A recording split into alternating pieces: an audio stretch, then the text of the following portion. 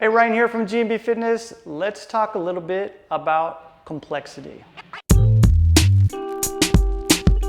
What makes an exercise or a movement simple or complex isn't simply a matter of advanced or basic. There's more to it than simply being stronger or more flexible or having more endurance. Some advanced moves require more strength or a higher level of flexibility, but that doesn't necessarily make them more complex. You can certainly make a movement more complex and still be within your current level of strength and mobility. And that's really useful because it gives you more options in your training to help you to continue to progress as well as keep it interesting and fun. So how can you do that?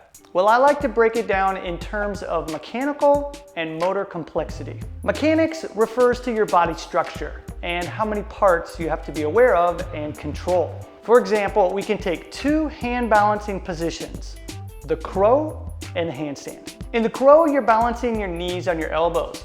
However, in a handstand, you're just balancing on your hands. So while the level of strength required may be about the same, in the crow, you're stacking your torso and lower body in a different way than in the handstand. In the handstand, you have to control a lot more parts. Another example is supporting yourself in different environments. For example, holding yourself up on the rings versus holding yourself up on something stable like the parallel bars. For motor complexity, it's a more dynamic thing.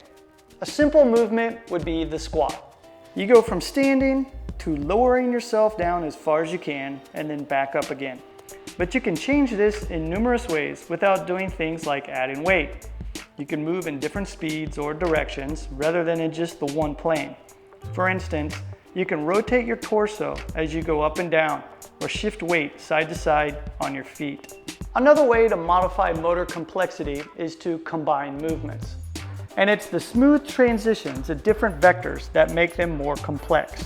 Give these principles a try in your training and let us know what you think.